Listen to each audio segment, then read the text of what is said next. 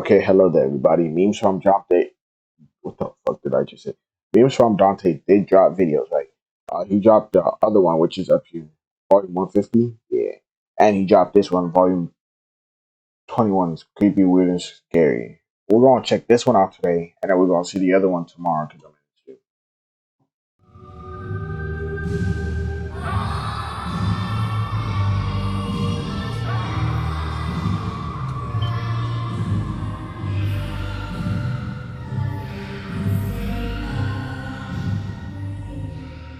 Disturbing situations you don't want to find yourself in. Being trapped in an elevator is a lot of people's worst nightmare. But when it does happen, the last thing you want to deal with is a fear of drowning. These young people found out firsthand what this nightmare is like. It's just crazy because you only see this in a movie. You don't see someone trapped in an elevator every day with water filling up. During a massive storm in Nebraska, this group went down to check out the flooding. It seems like going down via elevator was a wrong decision, though, because suddenly, the little box began filling quickly up with water, leaving them on a time limit to when space and air would run out. Honestly, I would say this is number one, the most scariest thing in my life. Yep. Hands down. Most unusual deaths in human history. How would you do that? Anthony Hensley was kayaking across a pond in Illinois when he accidentally got too close to a swan's nest. While trying to row away, he fell off his kayak and the swan drowned him underwater. Damn. A 14-year-old boy from Texas was playing hide and go seek at 3 in the morning. While trying to run around, he couldn't see all that well and ran face first into a bull statue. Wanting to reap the benefits of cold exposure, Chelsea Aki Salvation decided to try out cryotherapy. Ooh. However, during her session, the machine was set incorrectly, causing all oxygen to be eliminated inside the chamber, suffocating her to death. King Henry I died after eating too many lampreys, a type of jawless fish. In 2013, the corpse of 17-year-old Kendrick Johnson was found rolled up in a gym mat at his high school. Police originally concluded that he had tried to grab his shoe and became trapped, but in 2021, the case was reopened and is believed to be a murder. So they're building a house next to us, and I guess when they cleared the field, all the mice and rats scattered, and one of them ended up in our freaking oven. And so I turned it on 450 degrees for 45 minutes, and now our whole house stinks like rat. Oh, why would you? Rat. It's dead. Here's some of the scary. Yo.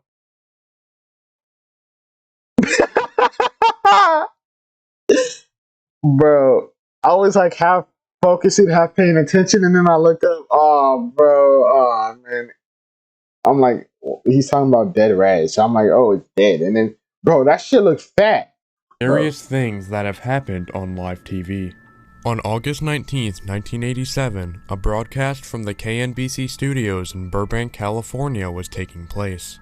Everything was going as planned, that was until a special guest entered the room.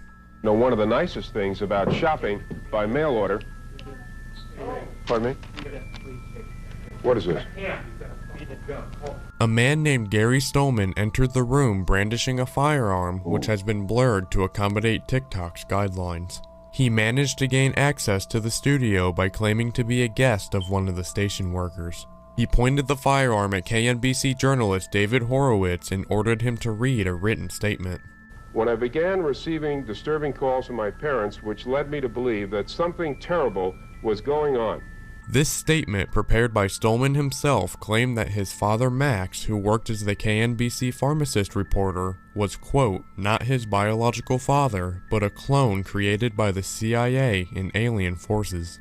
Despite Horowitz remaining calm, he later stated that he was frightened but remained calm so the situation did not get worse. I mean, who wouldn't? After the statement was finished, Stolman placed the weapon on the desk and admitted it was an unloaded BB gun after being taken into custody. It's rumored that in North Korea they have their citizens act out certain roles or jobs to make the country seem a lot better than it is to foreigners. This video may help prove that. The video was taken in downtown Pyongyang, and the sidewalks are bustling with people. The person taking the video turns to show the street traffic. Standing along the street is a traffic control officer, and she turns around and seems to notice that she's being filmed. She turns back to the street and starts blowing on her whistle and waving her flag. However, despite her looking like she's directing traffic, she isn't actually doing anything. The cars keep driving past and the people keep walking by. It's almost as if she's putting on a show for the camera. Are you sorry that this happened today? No, I'm not. And this was an unprovoked attack on Jamie? Yes, it was. In 2004, 14-year-old Michael Hernandez brutally attacked his best friend and classmate Jamie Go, after luring him into the bathroom and asking him to turn around and close his eyes. Before the school day was over, Jamie's... First of all, if you're best friends or whatever, sure, cool. Why would you listen to dude who's telling you to turn around and close your eyes? That makes no sense. In the bathroom. The fuck, you want me to take down my pants? Pause. His body was discovered, and Michael Hernandez was arrested for his murder.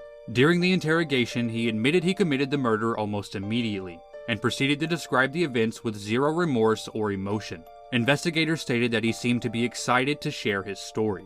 These are just a few small clippets from his interrogation. Why did you choose Jamie, your friend? He was the easiest out of anybody because he would have followed me because we're such good friends. Why did you make the suggestion to Jamie to go inside the school today? I was planning to murder him.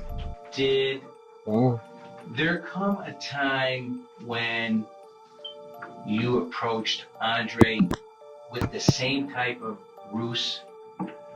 Yes, there was. My intentions yesterday were to kill Andre.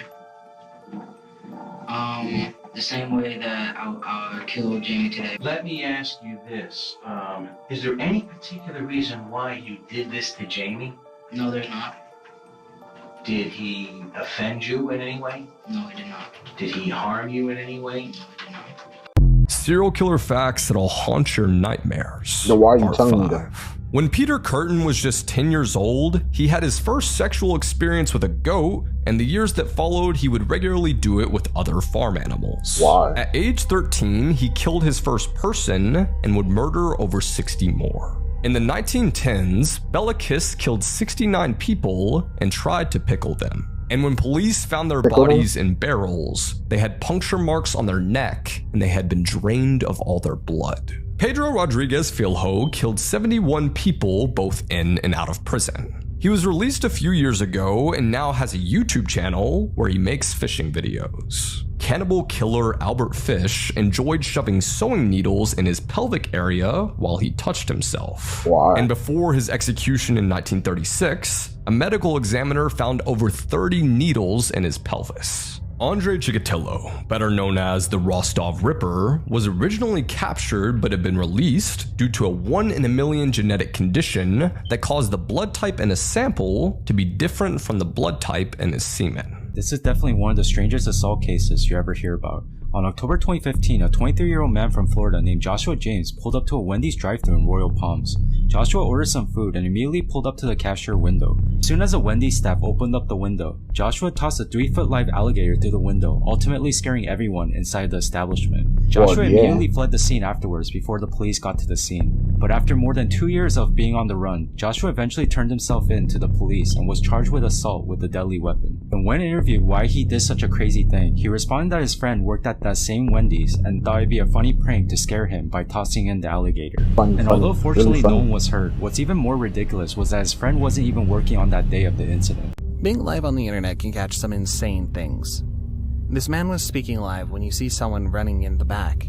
The thief quickly approaches with a gun to the man's head, forcing him out of the car. I'm so scared because they have a gun. They need to shoot me. They say to get off your car. They take my car. Then, having stolen his wallet, he jumps into the car and begins driving away.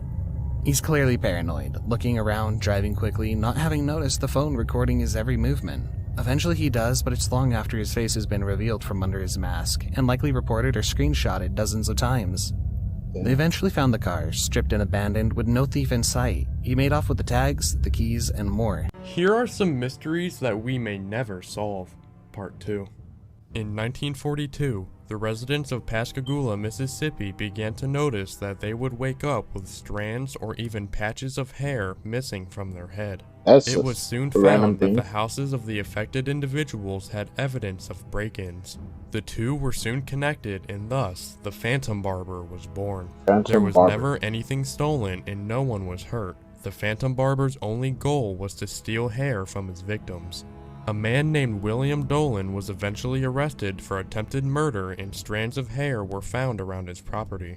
Dolan also had recently had a disagreement with the last family that was affected by the Phantom Barber. However, many still have doubts about this conviction, leaving the true identity of the Phantom Barber a mystery.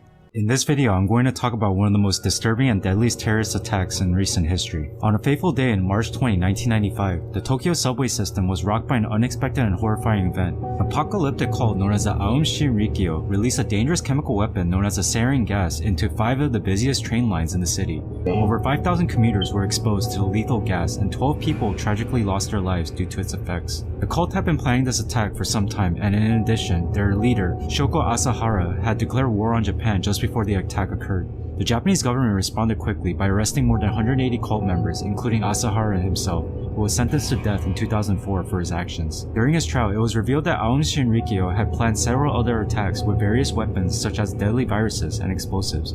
This put much of Japan on edge and increased security measures at public places all over the country, especially in Tokyo's subway system. And what's even crazy is that to this day, the Aum Shinrikyo cult is still active but under a different name.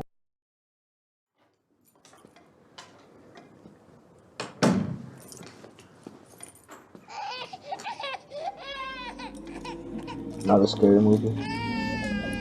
It all?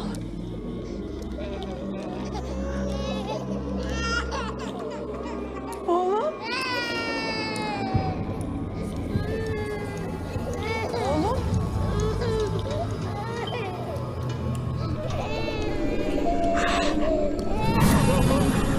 Oh, damn.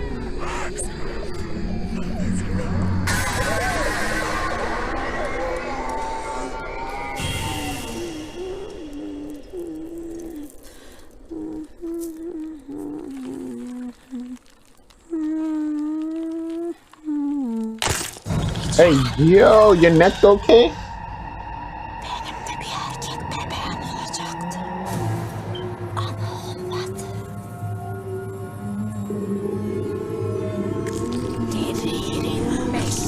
I think you need to get your neck checked out. Sure looks like it hurts.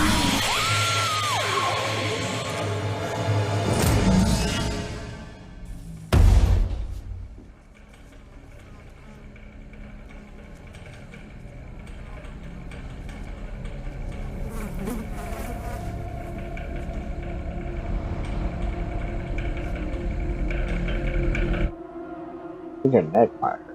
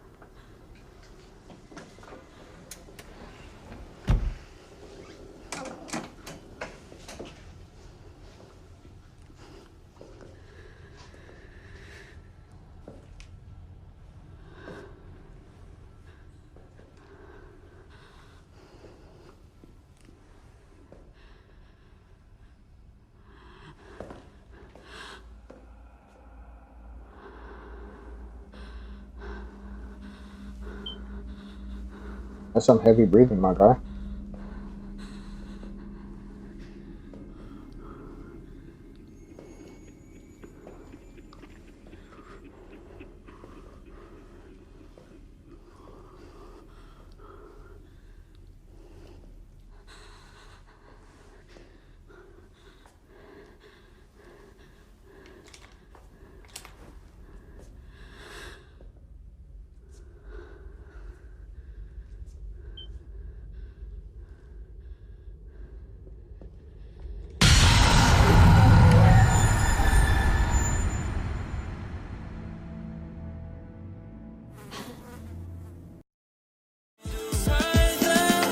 This video, it got me. It got me once. It got me once. Not gonna lie, it got me once.